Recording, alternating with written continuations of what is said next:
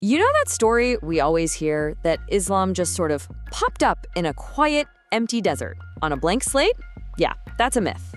Today, we're going to smash that myth.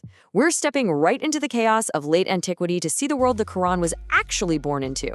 And believe me, it wasn't a vacuum. It was the eye of a geopolitical hurricane. And to really get the message, you first have to understand the world it was speaking to. Okay, so let's set the scene. The year is 602 CE. We're just 8 years before the Prophet Muhammad is said to have received his first revelation. And the world as he knew it? Well, it was standing on a cliff edge, about to plunge into a crisis that would change literally everything. The two titans of the day, the Byzantine Roman Empire in the west and the Sasanian Persian Empire in the east, have just kicked off what would become the most savage war in history up to that point. I mean, this wasn't some little border dispute. You gotta think of it like the World War III of the ancient world, an all-out slugfest to the death.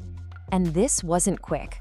It was a brutal, grinding trauma that lasted for over 2 decades. In 614, the Persians sacked Jerusalem. I mean, for the entire Christian world, this was an unimaginable catastrophe. They even stole the true cross. By 626, the Persian army is at the gates of Constantinople itself, the Roman capital. For anyone living through this, it absolutely felt like the world was ending. And I mean, the devastation was total. On top of the war, waves of plague were just wiping out entire cities. People genuinely believed the end times were here. And look, this wasn't some fringe conspiracy theory. This was the mainstream mood. Your neighbor, the baker, the soldiers, everyone was thinking, this is it. The end is now. So this begs a massive question, right? In the middle of what feels like the actual apocalypse, with the world literally tearing itself apart, how on earth does a brand new prophetic message not just show up, but actually find an audience and go on to totally reshape the world? To really get a handle on the world the Qur'an entered, we have to talk about the absolute mess Christianity was in. It was not one big happy family, oh no. It was smack in the middle of a vicious internal conflict, a kind of religious civil war that was raging all across the Near East. By the 7th century, Christians were bitterly divided over one huge question. Who exactly is Jesus? The official imperial church, the Chalcedonians, said he had 2 natures, human and divine. But tons of Christians, especially in places like Syria and Egypt, were like, no way. They were monotheists, and they insisted he had only one, divine nature. Now, this was not a polite theological debate. This was violent. People were persecuted, exiled, and many of these so-called heretics fled. And where did they go? A lot of them went to Arabia, which became a kind of refuge. And this is where the Quranic message just walks right into the middle of the fight. It doesn't pick a side. It's more like a judge slamming down a gavel. It basically says, listen, you're all overcomplicating this. It affirms Jesus as a powerful messenger of God, but flatly rejects his divinity and the whole idea of a trinity. It just slices right through the knot with a clear, radically monotheistic answer. Okay, so that's the religious chaos. Now let's pivot to the political situation, because it's just as wild. We need to bust another myth here. The idea that pre-Islamic Arabs were just, simple nomads. Nope, not even close. For centuries, Arabs had been kings, and they were major players in a very high-stakes political game. So let me introduce you to the main players. The Ghassanids, they were Team Rome, and the Lakhmids, they were Team Persia. These were powerful, sophisticated Arab Christian kingdoms. We're talking palaces, court poets, the whole deal.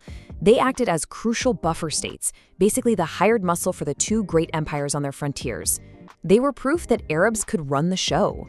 But then, right before Islam appears, the empires make a huge, fatal mistake. They get paranoid and basically fire their own security guards. They pull the plug, dismantling these kingdoms and cutting off their cash.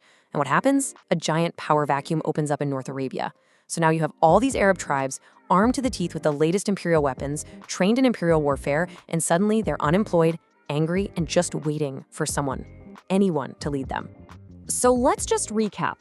You've got a world war, a religious civil war, and a massive political power vacuum. It's the perfect storm, and all of it is feeding this single, overwhelming feeling of dread. This deep conviction that the final judgment wasn't some distant idea, but it was happening right now. And man, when you read the early chapters of the Qur'an, the imagery is terrifying. It's immediate, it's apocalyptic. And you have to realize, for an audience in the 7th century who was watching their world literally burn, this wasn't just beautiful, abstract poetry. This was the 6 o'clock news. This apocalyptic feeling leads to a really fascinating theory from the scholar Fred Donner. He basically says, maybe we've got the very first Muslims all wrong. He argues that they weren't trying to build an empire, at least not at first. He calls them the Believers' Movement. And his idea is that it was this big tent group of righteous monotheists, Jews, Christians, you name it, all focused on one thing, getting right with God before the clock ran out on humanity. So we've laid out all the problems, all the crises. So how did the Quranic message actually respond to all this? Well, it wasn't speaking into a void. It was a direct, powerful, and pretty complete answer to the very specific fears of its time. And you might be sitting there wondering, okay, but does the scripture itself actually mention the giant war that was consuming the entire world? The answer to that is a stunning and very specific yes. This is just incredible. The 30th chapter of the Quran is literally titled Arum, the Romans. It talks directly about them getting crushed by the Persians, and then it makes this incredibly bold prophecy that against all odds, the Romans would come back and win. Can you imagine hearing that? This wasn't some story about the past. This was a live commentary on the biggest story of their lives. It grounded the revelation in their immediate, terrifying reality. So let's just put it all together. To a world torn apart by confusing religious debates, it offered radical clarity, one God, period. To a region shattered by political collapse, it offered a new kind of unity, a single community, the Ummah. And to a world that was absolutely terrified of the apocalypse, it offered a clear path to salvation, and it said, the time to act is now. So if you take away just one thing today, let it be this. Islam did not begin in a quiet, empty desert. It was born in a loud, crowded, and collapsing world. It didn't appear in a vacuum. It appeared right in the eye of the storm. But here's the final piece. This new message didn't just appeal to the polytheists of Mecca. It resonated deeply with people who were already monotheists, people who felt caught, stuck between the warring empires and their fractured churches, all of them searching for something more authentic.